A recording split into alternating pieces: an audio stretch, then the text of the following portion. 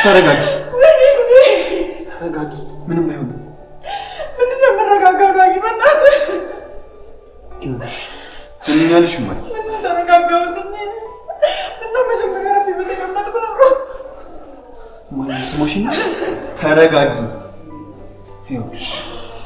ስሚኝ በደንብ እሺ ከተፈጠረ በኋላ ራስን መውቀሱ ምንም አይጠቅም አይዞህ ለናለ ተረጋጋ ምን ነው መጀመሪያ ረፊ በቀመጥ ኖሮ እማዬ አሁን ፉገራውን ተይና እውነት ኑሐሚን እዛ ቤት እንድገባ ፈቀደች ያን ሁሉ ውለታው ይላት ባትፈቅድ ነበር የሚገርመኝ እሱስ ውለታው ሳይሆን ፉገራውን የጠቀመሽ እንዴ እማዬ ተተውኝ የለ እንዴ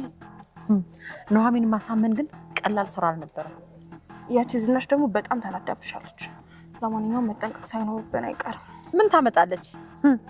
ያው ዱርዬ ቀጥራ ካመጣችብንም ራሷ የሰጠችንን ገንዘብ ሰጥተና አባራቸዋለን እንደዛ ከሆነ ታዲያ ምን አተረፍሽ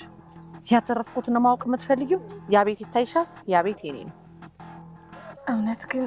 አቶ ለይኩን አባዬ ይሄን ቤት ጨክኖ የሚገዛለት ይመስልሻል አሁን ደግሞ አባዬ ሆነ ኧረ ከዚህ በኋላማ አባዬ ነው ጎበዝ የኔ ልጅ ዋናው አገባቡን ማወቅ ነው አገባቡ ላይ ቆንጆ ብልሃት ተጠቀምሽ አወጣጡ አይከብድሽም ከዚህ በኋላማ ኑሐሚን መስደብ አይደለም መሬት ስር አርጋ ብትረግጠኝ ምንም ነገር አላት ብቻ አንዴ እግሬ እዛ ቤት ይግባ ይሄው ግርሽማ ሊረግጥ እኮ ነው በእነሱ ቤታውን ቤተሰብ ሆነናል በእኛ ቤት ግን ጥላቻችን እንደቀጠለ ነው ምንድነው አባዬ ንገሩኝ ሰላም አይደለም እንዴ እስኪ ተረጋጋ እኛ ምንም አላወቅም ገና ዶክተሩ መልስ እየጠበቀን ሲጀመር ምን ተፈጥሮ ነው የታመመው እያልኩሽ ነው ማዬ ለምን ነው የማትነግሩኝ ናው እኔ በሰላም ምንም ልልህ አልችልም በቃ አታስጨንቀኝ ተወኝ ይኸው ዶክተሩ አመጣችና ደህና ይሆናል አይደል ዶክተር ምንም አይሆንም አይደል አይሞትብኝም አይደል ባለቤቴ እባክሽ ዶክተር ደህና ነው በይ ምንም አልሆነም በይ እባክሽ ዶክተር ዝናሽ ኑሐሚን እጎዳለሁኝ ብላ ያሰበችው ሴራ ነገር ግን ራሷን ጎዳት እንግዲህ ኤደንና እናቷ ገነት እስከ ዛሬ ሲታዘዟት ስለነበረች በተለይ ኤደን ነገር ስታመላልስ ሁሉንም ነገር እየሰማችውን እየወሰደች ስለምታቀብላት ልክ እናቷም እንደሷ ትሰራልኛለች በማለት እንግዲህ ገነትን ደውላ ከጠራቻት በኋላ መድኃኒቱን እንድትሰጥ አድርጋት ነበር ግን ገነት ገንዘብ የምታገኝበትን ነገር እያመቻቸች ስለሆነ በሚገባ አግኝታታለች ማለት ነው አሁን ላይ ገነት እንግዲህ ገንዘብ ለማግኘት እንዲሁም ደግሞ ኑሐሚንና አባቷን ለማሳመን የማታደርገው ጥረት የላትም ነበር ነገር ግን ያ ነገር በደንብ ነው የተሳካላት ማለት ነው የአቶ ለይኩን ቤተሰቦች እንዳለ ብጥብጣቸውን አውጥታ አሁን ላይ ደግሞ እንግዲህ እነ ኑሐሚን ጋር ጨዋ እየተጫወተች ነው እንግዲህ አቶ ለይኩን በጣም ምስኪንና የዋህ የሆኑ ሰዎችን እነ ኑሐሚን እነሱን ለማገዝ ደፋ ቀና በሚለውን ሰውዬ እንግዲህ በዝናሽ ስራ በጣም አፍሮና ደንግጦ እገልሻለሁ በሚልበት ሰዓት እንግዲህ ደም ግፊት ስለነበረባቸው እዛው እምኝታ ክላስ መሳሪያቸውን ይዘው በሚወጡ ሰዓት ወድቀው ራሳቸውን ስተው ሆስፒታል ገብተዋል እንግዲህ ሆስፒታል ከገቡ በኋላ ዝናሽ እኔ ነኝ የባሌ ገዳይ እያለች በምታለቃቀስበት ሰዓት ዶክተሯ መታ ብታረጋጋትም ዝናሽ ግን በሰራችው ስራ በጣም አዝና እያለቀሰች ትገኛለች እንግዲህ ናሆም ምንድነው የተፈጠረው አባዬ ምን ሆኖ ነው ምንድነው የሆነው እባክሽን እማዬ ንገሪኝ እያለ ባለበት ሰዓት ዳግም እስኪ ተረጋጋ እኛም የምናውቀው ነገር የለም ዶክተሮቹ የሚሉትን እንሰማለን ብሎ ሊያረጋጋው ቢሞክር እሱ ግን በጭራሽ ሊረጋጋ አልቻለም እንግዲህ በዛ መካከል ዶክተሯ ስትከታተላቸው የነበረችው በጣም አዝናና ተግዛ ምንም ነገር ሳትናገር ወረቀቶችን ይዛ ስትወጣ ዝናሽ ተርበትብታ እንዲሁም ናሆም ምን ሆነ አባዬ እባክሽን ዶክተር ባሌ ምንም አልሆነም አይደለ ምንም አይሆንም አይደል እያለች እያለቀሰች ብትነግራትም ነገር ግን ዶክተሯ ዝናሽ በጣም አዝናለሁ ስትላት ይሄ ሊሆን አይችልም እኔ ስለ ባሌ ምንም መጥፎ ነገር መስማት አልፈልግም እባክሽን ደህና ነው በይኝ እያለች ብታለቅስም ነገር ግን እንግዲህ አቶ ለይኩን በጣም ከፍተኛ ጉዳት ነበር የደረሰባቸው በወደቁትም ሰዓት ማለት ነው ሰላም ሰላም፣ ውድና የተከበራችሁ የቻናላችን ቤተሰቦች እንኳን ስላመጣችሁ ላይክ፣ ሻር፣ ሰብስክራይብ ማድረጋችሁን አትርሱ። እንግዲህ ዝናሽ የኑሐሚን ልጅ ለማስወረድ ገነትን ደውላ መድኃኒት ልጇን የሚያስወርድ ስጫት ስትላት ገነትም እሺ በማለት ቀጥ ብላ ወደ ቤት ከሄደች በኋላ ለኑሐሚን ነግራት ነበረ። ኑሐሚን ሳትረጋጋ ወዲያውኑ እንደሰማች ስለነበረ የመጣችው እንደ አጋጣሚ ቤት ውስጥ አቶ ለይኩን ስላሉ እሷ በጣም ስላልተረጋጋች አቶ ለይኩን መኖራቸውንም ረስታ ዝናሽ በማለት የዝናሽን ነገር ስትናገር ዝናሽ እንግዲህ አቶ ለይኩን በጣም ደንግጦ ኑሐሚን ሞነሻው ተረጋጊ ብሎ ቢያረጋጓትም አድርገዋለች ብላ ልታሳምናቸው ብትሞክርም ነገር ግን አቶ ለይኩን እርግጠኛ ናት ግን ኑሐሚን ይህን የምታወራውን ነገር አድርገሽዋል ብለው ቢጠይቋትም እሷ ግን በፍጹም እኔ ይህንን ላደርግ አልችልም ነበር ያለችው። ምክንያቱም ለገነት ገንዘብ ስለሰጠቻት አሳልፋ ትሰጠኛለች ብላ አላሰበችም እና ከፈለክ ደውላ ከፈለክም ደግሞ ሄደህ ጠይቃት ስትል እንግዲህ እሱ እርግጠኛ ነች ስላት አዎ እርግጠኛ ነኝ ነበር የሷ መልስ። ነገር ግን ገነት ገንዘብ ሌላ ገንዘብ ማስጨመር ስለፈለገች እናገራለሁ በምትልበት ሰዓት ልክ ለይኩን ተቤት ሲወጣላት ኤደንን ከኪችን ሄዳ ነይ ስትላት እሺ በማለት እንግዲህ ለእናቷ እንድትደውልላት ነግራት ነበረ ማለት ነው። እናቷ ጋር ከተደዋወለች ስልክ ቁጥር ከተቀበለች በኋላ ደውላ እባክሽን ገነት እንዳትናገሪ ለይኩን ወይም ሊደውልልሽ ይችላል ወይም ደግሞ ሊመጣ ይችላል ስትላት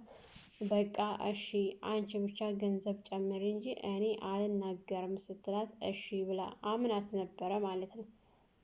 እንግዲህ የምትፈልገውን ገንዘብ ከላከችላት በኋላ ኤደንን ስልክ ደውይላት ለእናትሽ ስትላት እሺ በማለት ገንዘብ መድረስና መድረሱን ጠይቄ ስትላት እሺ በማለት ስትደውልላት ላውድ አድርጌው እኔም መስማት ፈልጋለሁ ነበር ያለችው። እንግዲህ ገነት ብቻዋን ናት ብላ በማሰብ አሁን ገንዘቡ ገብቶልኛል አንቺ ተዛዊ ቶሎ ብለሽ ውጪ ስትላት እንግዲህ ዝናሽ በጣም ተናዳና ተበሳጭታ እንደዛ ነው እንደዚህ ይሻላል እንግዲያውንስ አንቺም ተናገሪ እኔም ደግሞ ልጅሽን በህይወት አታገኛትም የቱ እንደሚሻልሽ አንቺ ታውቂያለሽ ልጅሽ በእጄ ናት ስትላት እባክሽን ልጄን ምንም ነገር አታድርጊያት አልናገርም ብትልም ነገር ግን ዝናሽ በጣም ተናዳ ስለነበረ ወደ መኝታ ክላስ ከወሰደቻት በኋላ መሳሪያ ስትደቀንባት በጣም ደንግጣ ስለነበረ ልጅቱ እባክሽን እማዬ ልትገለኝ ነው እሷ የምትፈልገውን ነገር በሙሉ አድርጊላት ስትላትና ስትማጠናት እንግዲህ ወይኔ ልጄን እንደው ምን አይነት ጉድ ከተትኳት ብላ ብትልም ገነት ያው ገንዘብ ነው እና የገንዘብ ነገር ስላጓጓት እሷን ቃል ገብታላት ነበረ። በልጄ ይኸው እየማልኩልሽ ነው ለይኩን ምንም ነገር አልናገርም ብቻ ልጄን ልቀቂያት ስትላት ላምንሽ አልችልም ስለዚህ ለይኩን እስከሚመለስ ድረስ ልጅሽ በእጄ እንደሆነች አትርሺ ስትላት ገነትም እሺ በማለት ነበረ የወጣው። እንግዲህ ዝናሽ ስልኳን በመቀማት ስራ እንድትሰራ ከዚች ቤት ደግሞ ንቅንቅ እንዳትል ብትነግራትም ኤደን ግን ለመውጣት እያመቻቸች ነበረ። እንደ አጋጣሚ ዳኒ ሲመጣላት ምንድን ነው ዳኒ ሞነሽ ነው የተረበሽ ትመስያለሽ ብሎ ቢላትም አይ አይደለም ወደ ሱቅ ልወጣ ነበረ ስትለው እሺ በማለት እንግዲህ እሱ ወደ እናቱ ጋር ሄዶ ያው ኑሐሚን ላይ ልታደርግ የነበረውን ነገር ሰምቶ ስለነበረ እናቱን አንቺ ነፍሰ ገዳይ እያለ ሲወቅሳት እኔ ነፍሰ ገዳይ አይደለሁም በአንተ ስለመጣችብኝ አንተ ለምን ተነካህብኝ ብዬ ያንተን ለመበቀል ሂጄ እንጂ እኔ ፈልጌው አይደለም ስትል ነበረ ማለት ነው። ጥፋቷን ሳታምን በቃ ፍጥጥ ስትል ነገር ግን የለይኩን ነገር ረብሿት ነበር። እሱም ማሰብ የነበረብሽ እና መጨነቅ የነበረብሽ መጀመሪያ ነው ሲላት ዳኒ እሷ ግን ምንም አልተጸጸተችም ነበር።